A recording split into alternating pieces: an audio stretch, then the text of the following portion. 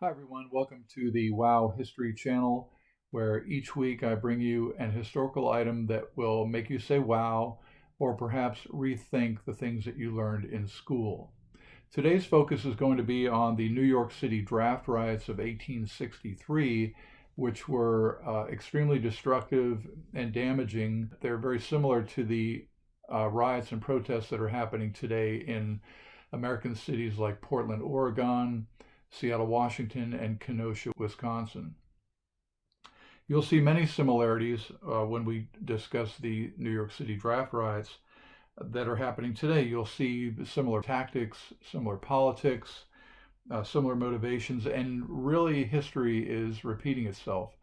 One of the reasons that we study history is because we want to learn from the past. We do not want to repeat the bad things that we've done in the past. We want to take the positives and go from there. The old saying is that those who ignore history are doomed to repeat it.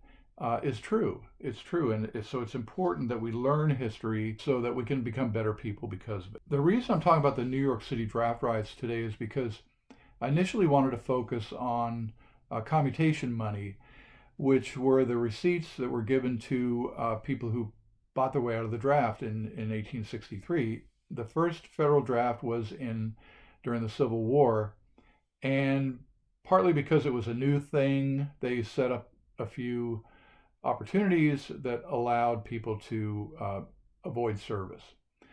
Basically, if you were drafted during the Civil War, you had three options. One, you could go serve. Two, you could hire a substitute, which meant you could go down and say, Jim, if I give you $400, will you go serve for me in the Civil War? And that was actually a common occurrence. The third thing that you could do, three, was to purchase a commutation money receipt, which basically said if you pay the government $300, they would give you a receipt that said that you are exempt from the draft. So if you were a rich person, because in 1863, $300 was roughly the equivalent of $2,600.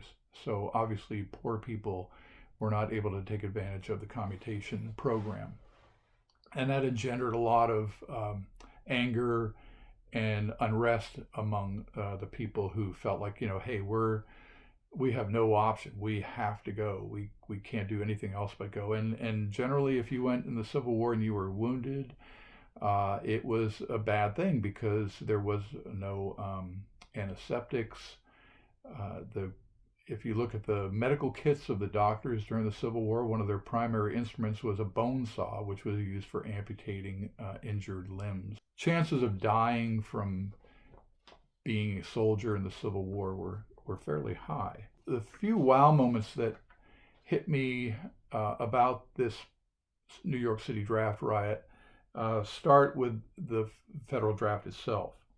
And that was the first wow moment for me was the fact that I didn't realize that the first federal draft was during the Civil War. Prior to that time, everything was volunteer or they paid soldiers to serve. So it wasn't until 1863 that the first draft was instituted. And partly that was because the Civil War had dragged on a little bit longer than they had hoped.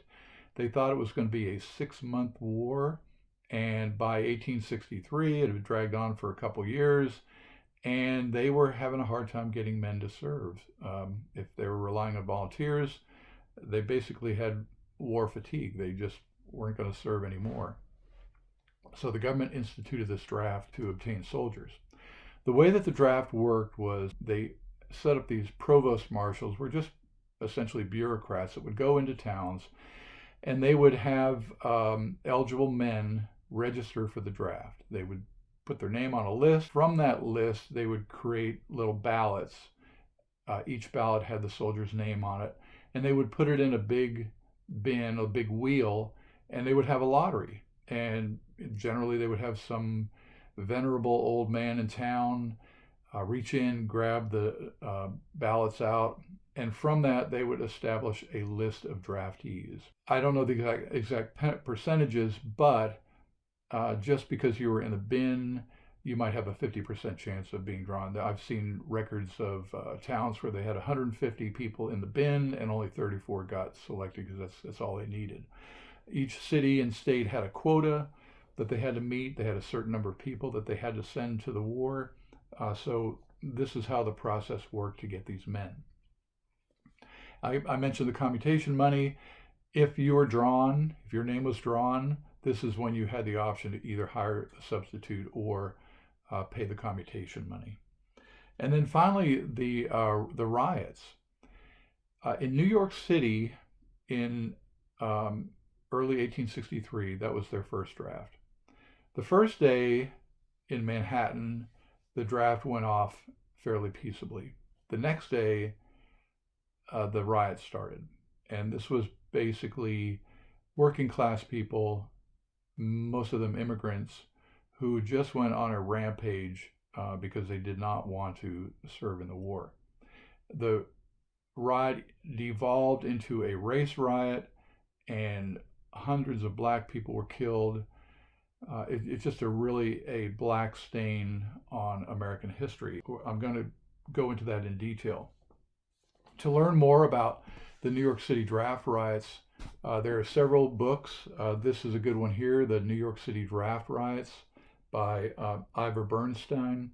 It's a good book, and it goes into great detail about a lot of the information that I'm going to be giving to you here shortly. So I recommend buying that book on Amazon and reading it. Wikipedia has a great resource on the New York City draft riots, and I'm basically going to use that as the cliff notes for this edition of Wow History.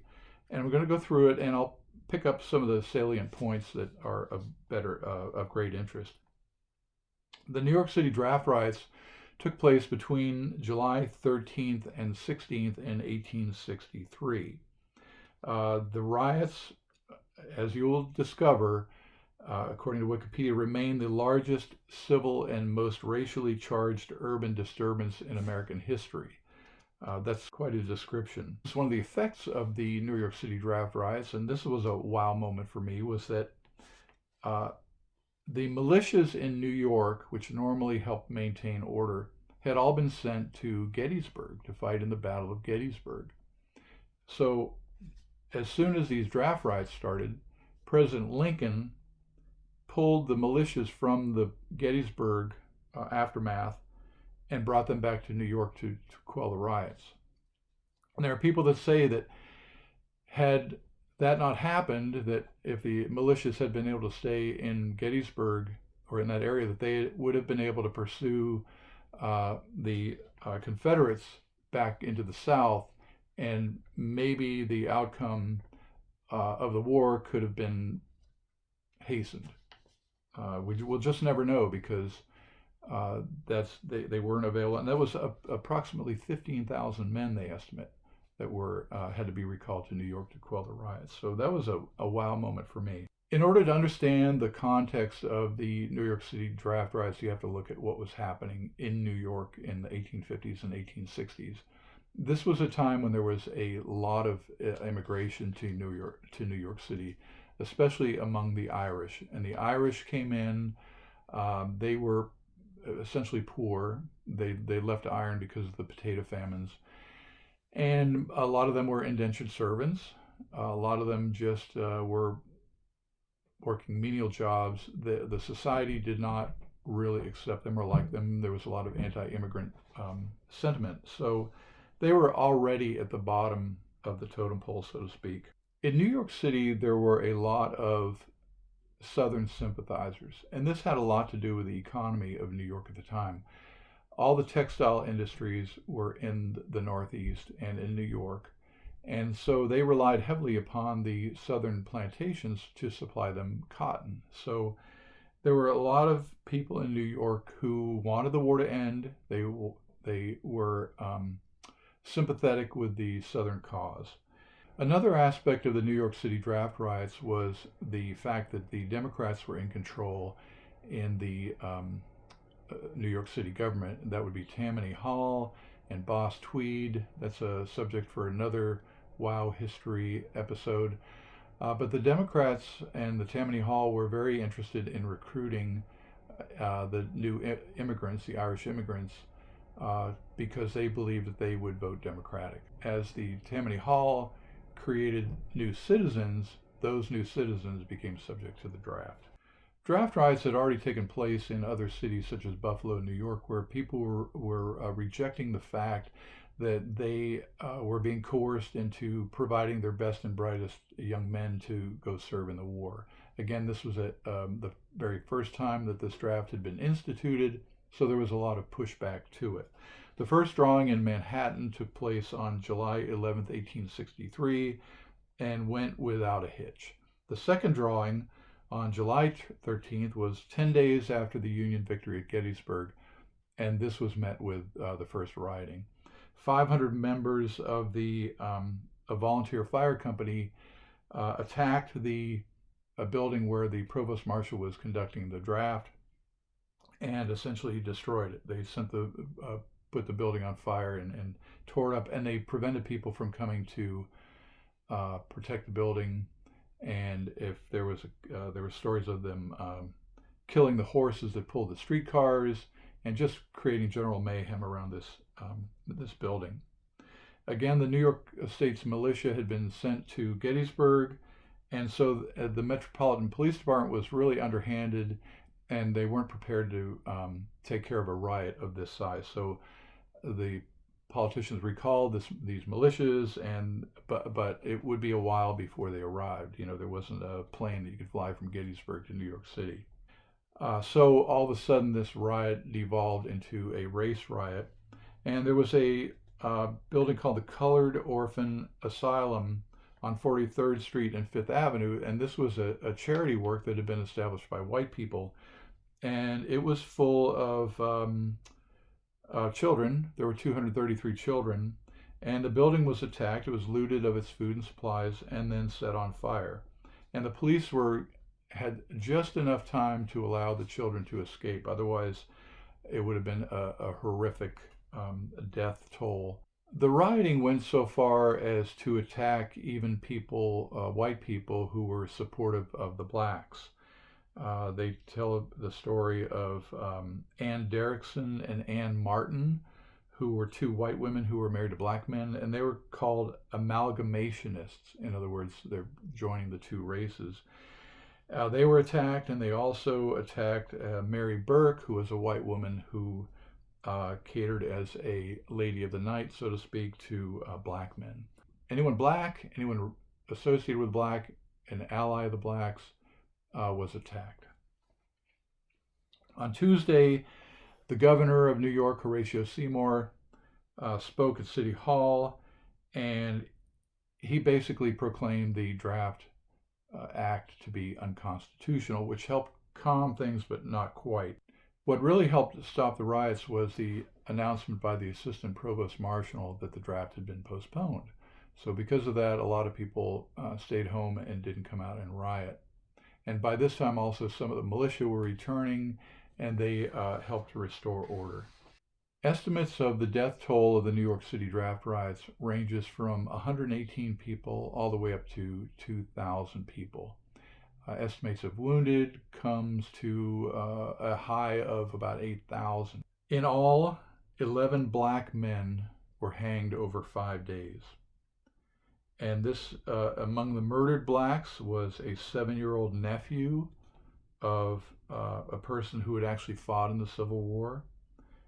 So it was just indiscriminate.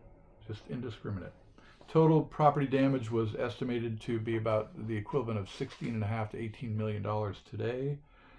And the city actually covered some of those costs of rebuilding. After the riots, New Yorkers got together and worked to provide relief for many of the black people that had been displaced and were homeless because of the riots. They estimated that the Union League Club and the Committee of Merchants for the Relief of Colored People provided as much as $40,000 to 2,500 victims of the riots. The interesting thing about the draft riots was it drove the blacks from Manhattan. After the draft riots, the population of blacks in the city dropped to under 10,000, which was the lowest it had ever been since 1820. They say that a lot of the black folks moved to Brooklyn, where they never returned from. In August, a couple months after the New York City draft riots, another draft was held, and that one went off without a hitch. As it turned out, the number of people that were drafted nationwide was far smaller than expected. They thought that they might raise as many as 750,000 people, and in fact, it was just a fraction of that. So the fears of the Irish and the working class people of New York City of being drafted was a little bit overblown. So the draft rights were actually a bit of an overreaction to their fears. In December 1863, the Union League Club recruited as many as 2,000 black men to serve in the war. And they did this by encouraging them to sign up voluntarily or paying them bounties to serve in the war. And this was typical of many of the cities in the North where they would raise money and give draftees, not even draftees, they would just, in order to meet their quota, they would pay soldiers to go to the war. And a lot of men accepted because, again, $300 in 1863 was a significant amount of money. Another aspect of the New York City draft riots was that many of the agitators were brought in from other cities.